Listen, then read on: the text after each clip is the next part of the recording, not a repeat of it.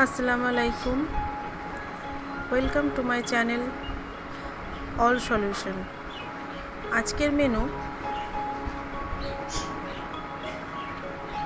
এক ধরনের ভর্তা, যেটা মূল উপকরণ লাউয়ের খোসা। আমরা যে লাউয়ের খোসাটা সাধারণত ফেলে দিই, সেই লাউয়ের খোসা দিয়েই আজকে এই মুখরোচক ভর্তাটা বানিয়েছি। এটা আমার শাশুড়ি মা আমাকে শিখিয়েছেন। তো চলুন আপনাদের সাথে এই ভর্তার রেসিপিটা শেয়ার করে নিই।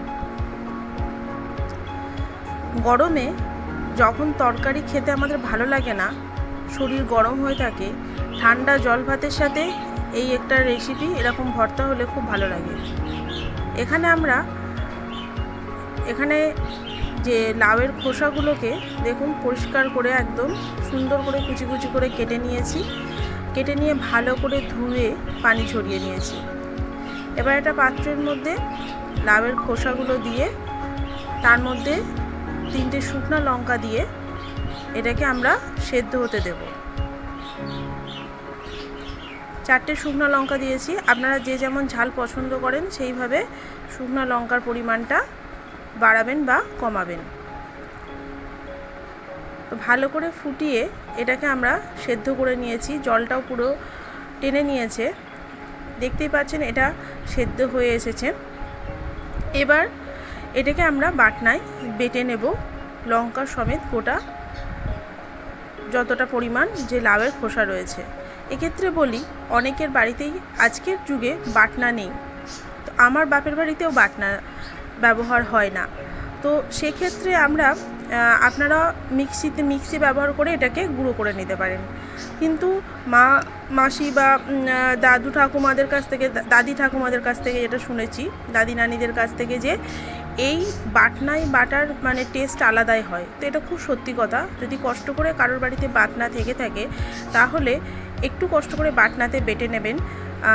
এর টেস্টটা আলাদাই হয়, অনেক বেশি সুস্বাদু হয়।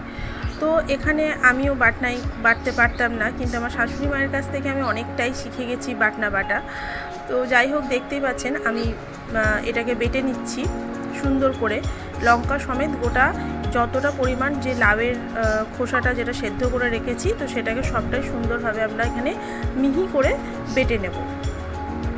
এটা একবার বেটেই মানে একবার বাটনা দিয়েই হয়েছে, দুবার বাটনা দেওয়ার প্রয়োজন হয়নি। তো এটা খুব সুন্দরভাবে এইভাবে আমরা বেটে সবটাই বেটে নেব। কি ভাবছেন বাটনা বাটা হয়ে গেলেই কমপ্লিট হয়ে গেলেই লাউয়ের ভর্তা রেডি? না, তারপরেও আরও এখনও অনেক কাজ বাকি আছে। তো আমরা বাটনাটা বাটা হলে চলুন দেখে নেব পরের প্রসেসিংগুলো।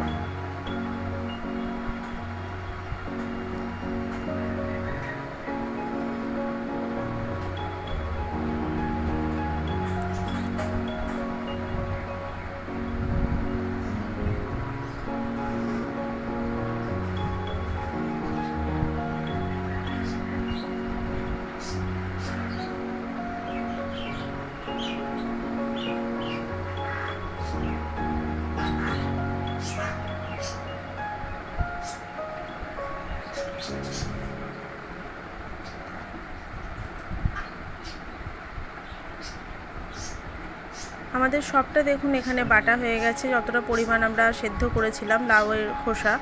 তো সেই বাটাটাকে আমরা পুরোটা একটা বাটির মধ্যে তুলে রাখব। আর যখন আমরা এই লাউয়ের খোসাটা বাটবো, এক্ষেত্রে কিন্তু আমরা কোনো পানি ইউজ করছি না। পানি ছাড়াই যে খোসার মধ্যে যতটুকু সেদ্ধ করতে গিয়ে যে পানিটা জমা হয়েছে, তাই দিয়ে আমাদের এটা বাটা হয়ে যাবে, খুব ভালোভাবে বাটা হয়ে যাবে। তো এরপর আমরা গ্যাসের মধ্যে একটা প্যান দিয়ে দেব। প্যান কড়াই যার যা আছে সেটা দিয়ে একটা পাত্র দিয়ে তার মধ্যে আমরা তেল গরম করতে দেব। আমি এখানে সাদা তেল ব্যবহার করেছি। আপনাদের সরষের তেল পছন্দ থাকলে আপনারা সরিষার তেলও ব্যবহার করতে পারেন। আচ্ছা, কিছু পেঁয়াজ কুচি করে রেখেছিলাম আগে থেকেই। তো সেই পেঁয়াজ কুচি এই তেলের মধ্যে, তেল গরম হয়ে এলে তার মধ্যে আমরা পেঁয়াজ কুচি দিয়ে দিচ্ছি।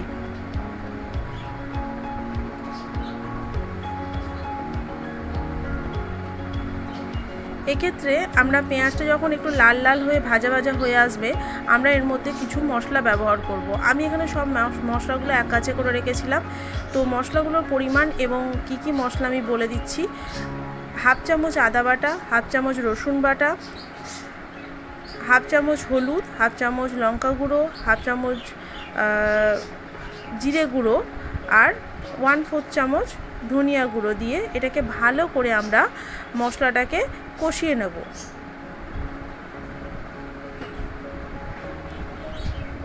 মশলাটা আমরা ততক্ষণ পর্যন্ত কষাবো যতক্ষণ না পর্যন্ত মশলার যে কাঁচা গন্ধটা সেটা বেরিয়ে যায়।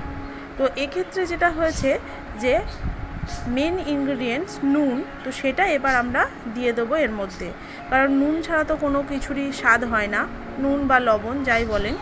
তো বাংলাদেশে এখানে আমার শ্বশুরবাড়িতে নুনকে লবণ বলা হয়। তো যাই হোক, মানে আমরা জানি, কিন্তু আমরা সাধারণত নুন বলে থাকি। তো এখানে যারা লবণ বলেন, লবণ বা নুন যেখানকার যা ভাষা। তো এই ক্ষেত্রে আমাদের যখন মশলাটা কষে গেছে, তো তখন আমরা এখানে যে লাউটা আমরা বেটে রেখেছিলাম, লাউয়ের খোসাটা, তো সেটা আমরা এখানে দিয়ে ভালো করে মিক্স করে নেব। এখানে অনেকটা দেখুন মিক্স হয়ে এসছে। এই সময় হাফ চামচ গরম মশলা আমরা এই যে মিক্সচারটা এখানে মিশিয়ে নেব, আর এটাকে ভালো করে সমানে কিন্তু নাড়তে থাকবো যতক্ষণ না পর্যন্ত এটা কড়াই থেকে একদম ছেড়ে আসছে। এখানে যে এখনও ভিজে ভাবটা রয়েছে সেটা কিন্তু পুরো কেটে যাবে এবং সুন্দরভাবে কড়াই থেকে একদম ছেড়ে চলে আসবে। এটা আপনারা বুঝতেই পারবেন, যখন এটা কড়াই থেকে ছেড়ে আসবে তখন বুঝবেন এটা হয়ে গেছে।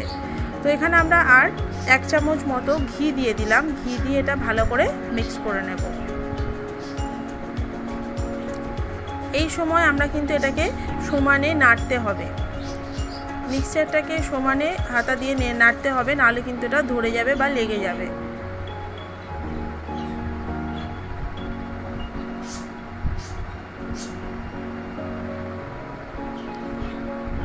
আমাদের আজকের ভর্তা রেডি। এবার আমরা একটা পাত্রের মধ্যে তুলে নেব এবং তার মধ্যে একটু সরিষার তেল মিশিয়ে নেব। ওপর থেকে কাঁচা সরিষার তেল যে কোনো ভর্তাতে মেশালে খুব ভালো লাগে খেতে। আপনারাও এটা বাড়িতে বানাবেন এবং অবশ্যই জানাবেন আপনাদের কেমন লাগলো খেয়ে। আমার তো ভীষণ ভালো লেগেছে। আমিও আমার শাশুড়িমার কাছে প্রথমবার এই ভর্তা খেলাম, এর আগে কখনো এই ভর্তা খাইনি। তো আমার খেয়ে ভীষণই ভালো লেগেছে, আর সেই জন্যই আপনাদের সাথে এই রেসিপিটা শেয়ার করে নিলাম। আপনারা জানাবেন, বাড়িতে বানান এবং জানান যে এইখানে কমেন্টের মাধ্যমে জানাবেন কেমন আপনাদের লেগেছে। আপনারা সবাই ভালো থাকবেন, সুস্থ থাকবেন। আর আমার চ্যানেলে নতুন হলে অবশ্যই আমার চ্যানেলটাকে সাবস্ক্রাইব করে দিয়ে আমার চ্যানেলে বা আমার পাশে থাকুন। আর ভালো লাগলে লাইক করুন। আর আপনার যারা বন্ধুবান্ধব আত্মীয় স্বজন রয়েছে তাদের সাথে আমার এই চ্যানেলটাকে শেয়ার করে দেবেন। আজকের ভিডিও এই পর্যন্তই। সবাই ভালো থাকবেন। আসসালামু আলাইকুম।